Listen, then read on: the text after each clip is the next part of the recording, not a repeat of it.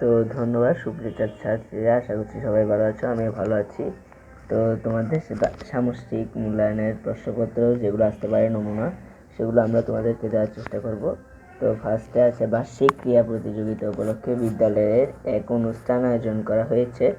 অনুষ্ঠানের এক অংশে থাকবে ক্রীড়া প্রতিযোগিতা, আর এক অংশে থাকবে সাংস্কৃতিক পরিবেশনা। অনুষ্ঠানে উপস্থিত থাকবেন প্রধান অতিথি, বিশেষ সভাপতি, বিদ্যালয় কর্তৃক সকল শিক্ষক এবং শিক্ষার্থীবৃন্দ। কাজ উপরের অনুষ্ঠানকে কেন্দ্র করে জোড়ায় আলোচনার ভিত্তিতে নিজের কাজগুলো করো। মানে তোমাদেরকে এরকম একটা প্যাসেজ দিয়ে দিবে প্রথমে, সে আর আলোকে নিচের কাজগুলোকে দলগতভাবে করতে হবে, এটা দলীয় কাজ। তো তোমাদেরকে এখানে ক্রীড়া প্রতিযোগিতা না দিয়ে এখানে দিতে হবে মহান বিজয় দিবস বা অন্যান্য 16ই ডিসেম্বর ইত্যাদি, স্বাধীনতা দিবস ইত্যাদি দিতে পারে তোমাদেরকে। এই অনুষ্ঠান আয়োজন নিয়ে কথা বলা যায় এমন ব্যক্তিদের একটি তালিকা বানাও। কি যাদেরকে নিয়ে কথা বলা যাবে সেটা তালিকা, বিশেষ অতিথি, সভাপতি, এদের তালিকা করতে হবে আর কি।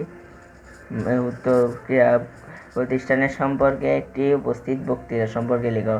এখানে বক্তৃতা দিতে হবে, অথবা তোমাদেরকে একটি অনুচ্ছেদ বা রচনা লিখতে হবে তোমাদেরকে এটা ক্রীড়া প্রতিযোগিতা সম্পর্কে, অথবা একটা প্রতিবেদন লিখতে বলতে পারে।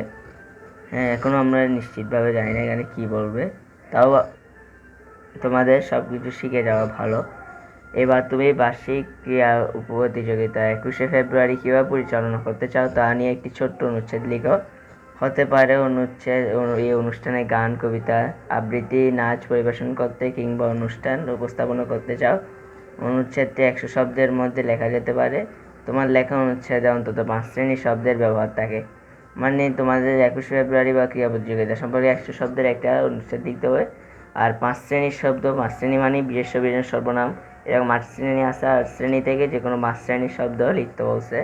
এবং অনুচ্ছেদে অন্তত 5 জ্যোতিচিহ্নের ব্যবহার থাকে, জ্যোতিচিহ্ন, দাড়ি, কমা, প্রশ্নবোধক, বিস্ময়সূচক, এগুলোর জন্য ব্যবহার থাকে, সেটাও লিখতে বলছে।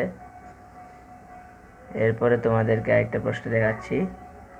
এটা তোমার অনুচ্ছেদ থেকে 5টি শব্দ নিয়ে নিচের ছকের বাম কলামে লেখো।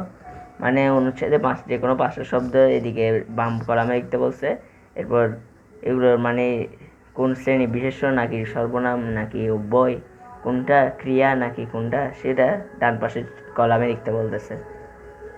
তারপর বলছে নিচের ছকের অনুরূপ একটি ছক তোমার খাতায় আঁকো। তোমার ব্যবহৃত 5টি জ্যোতিচিহ্নের কারণ দেখাও। তোমাদের এখানে জ্যোতিচিহ্ন সহ বাক্য জ্যোতিচিহ্ন সহ বাক্য তুমি অনুচ্ছেদে যে জ্যোতিচিহ্ন সহ বাক্য লিখছো সেটা এখানে বাম কলামে লিখবা। আর কেন জ্যোতিচিহ্ন, দাড়ি কেন লিখছো, যাতে থেমে পড়া যায় সেজন্য, সেটা ডান কলামে লিখতে হবে। তো এটাই ছিল তোমাদের মূলত প্রশ্ন। যদি আমরা আরও সংগ্রহ করতে পারি তবে আর দিব। তাই তোমাদের আমাদের এই চ্যানেলটি সাবস্ক্রাইব করে রাখতে হবে, যাতে আমরা কোনো কিছু দিলে তোমরা পেতে পারো। প্লিজ সবাই আমার চ্যানেলটা সাবস্ক্রাইব করিও, আর ভিডিও অবশ্যই লাইক করে দিও।